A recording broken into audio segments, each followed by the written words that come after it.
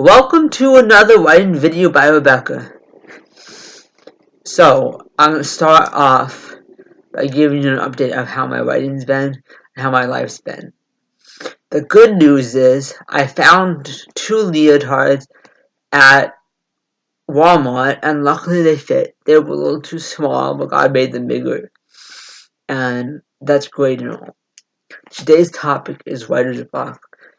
I'm going to focus on writer's block, and then when I'm done talking, I'm going to read you a random excerpt from my novel that I'm working on, called Beautiful Madness. I'm going to talk about the 2 different types of writer's block. The first one is not knowing what to write, being stuck on your novel, not knowing what comes next, because you didn't plot.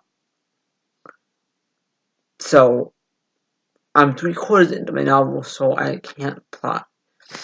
What I can do is read all of this and remember why I started writing my novel in the first place. What sparked the idea and what message I want to send and what else the characters need to do before my novel is over.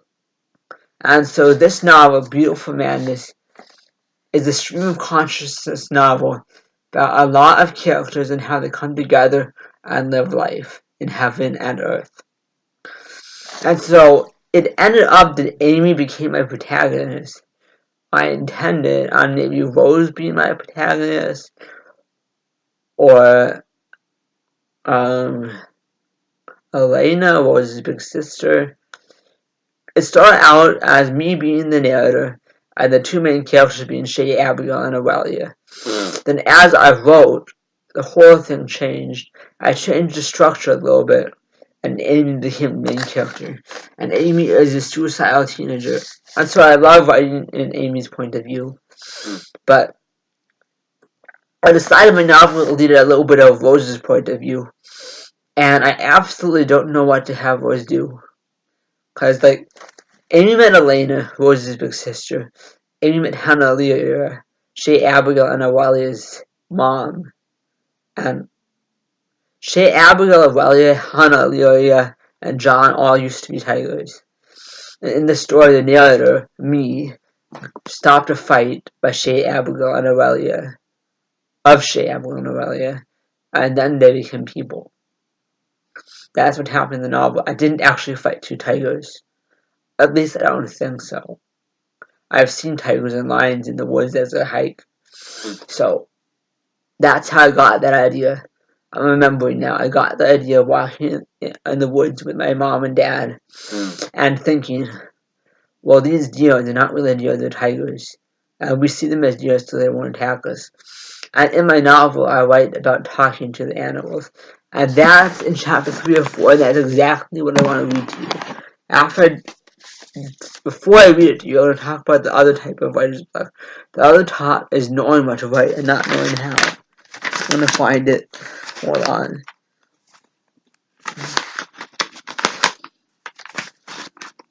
It's in chapter 3.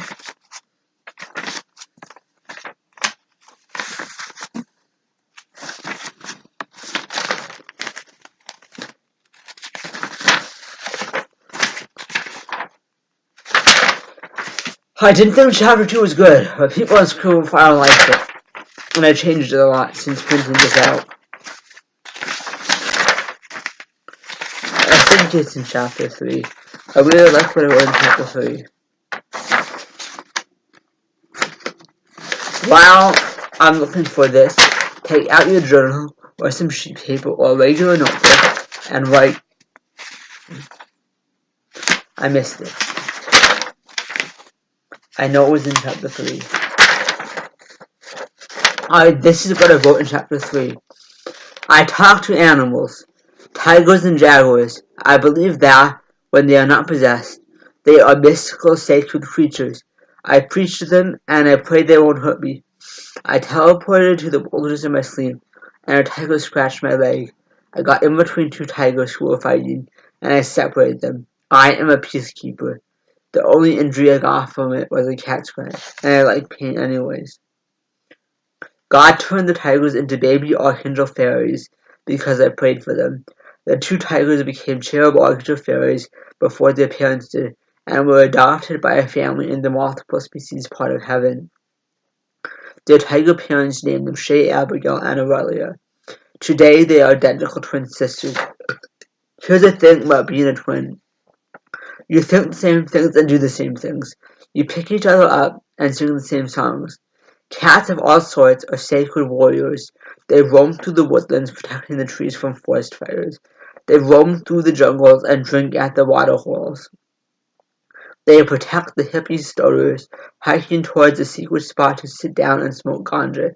Imagine this.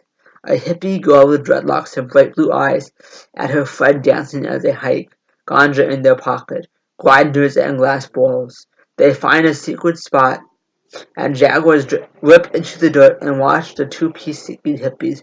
The tigers and jaguars watch the women smoke weed, and the tigers and jaguars whirl around on the ground, feeling high.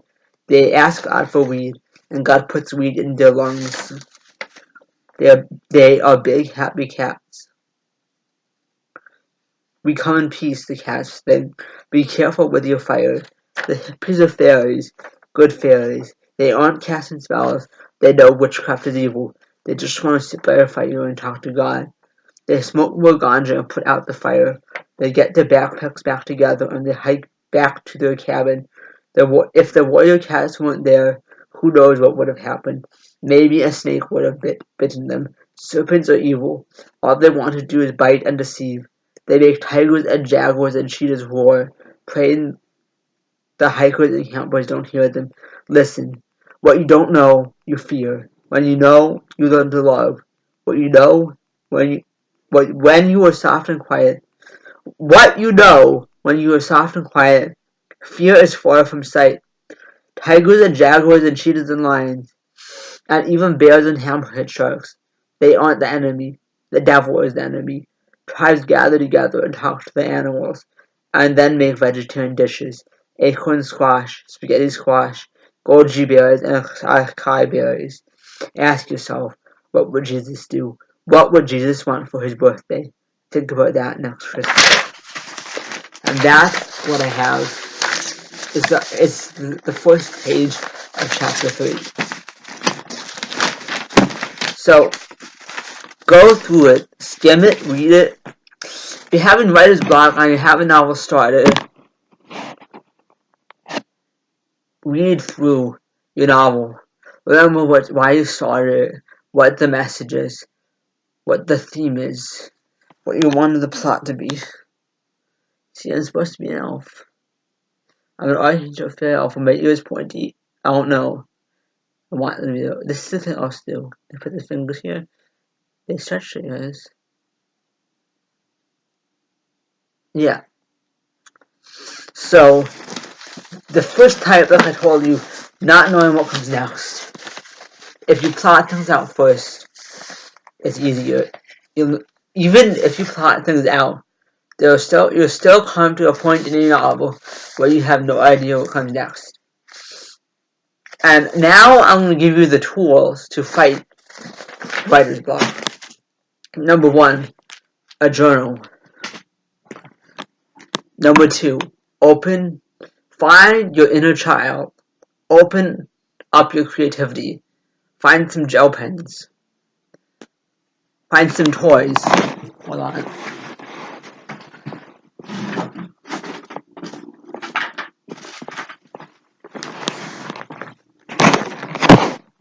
I am a tall kid. See? And you balance it. Making this like a fairy video because I'm a fairy. Not just a fairy, but I'm a fairy. I found this once. This bouncy ball that looks like Earth on the road by my martial arts school. I don't know if I was enunciating because I'm autistic, and sometimes part of that is I don't enunciate. So I found this Earth ball. It looks kind of like Earth, close to my martial arts school, and so I talked to one of my Christian friends at my church, and she said it means God made earth for you. We're chosen out of the world to be citizens of heaven. But he made the world for us, and he means the evil in the world. And so, once you have your toys, play with them for a while. Play with your toys. Practice your telekinesis. And ideas will come. Just be free with your words. Just sit down and write. That's the easiest, that's the only thing I can say. Just write. Set a timer. Open your novel. Pick your favorite character. Right now, my favorite character is Fern. She's a lot like me, and she's an Archangel Fairy. I'm an Archangel Fairy Elf, but she's a lot like me, and I put myself in the novel too. I'm Rebecca. And so, Fern goes to the beach and wanders around, finds this rock that's in the Bahamas. She climbs up it, then jumps down back to Australia, the heaven version of Australia where she lives. And she has a friend named Misty, and Fern is Alana's guardian fairy's daughter. Alana's daughter. Fern is Alana's daughter. And I introduced Fern around chapter 64, and so I went back to chapter 1 or 2 and put her in there. But I don't want Amy to meet Fern until chapter 64. So that's some restructuring I have to do. I have to go back somewhere in this and put more scenes with Fern. And I have to figure out how to write Rose. She's an autistic kid and she's silent, and so it's hard to write a silent character, even if you are a silent writer, a silent warrior. And so not knowing what comes next, just write. It might not be what comes next. You might later go back and put some other words in between what you write today and what you wrote yesterday. And that's okay. Now, if you know what you want to write, and you don't know how to write it, and I don't know if I've experienced that, I'm sure I have, go on YouTube, put some music on, open Microsoft Word or your journal, and just write, thinking about what you were going to write. So I decided I'd tell you a story. I was out, actually, never mind. I was on tour with my church choir, and we people let us stay with them for free, and we swam in their pool at midnight and we sang in the pool, and then when we got out, we had strawberry shortcake. The woman gave us strawberry shortcake. Then we went inside, went to sleep, woke up and had breakfast, and then went to church and sang. And so I could turn that into a memory of one of my characters, into one of my characters' minds. But I'm not sure how to do that. And I know I have to end this video soon because YouTube requires it to be 15 minutes or under. So, all I can say is, play with your toys. Let your journal be a toy. Let it be a shiny, happy thing. So before we end, I'm going to read one more thing.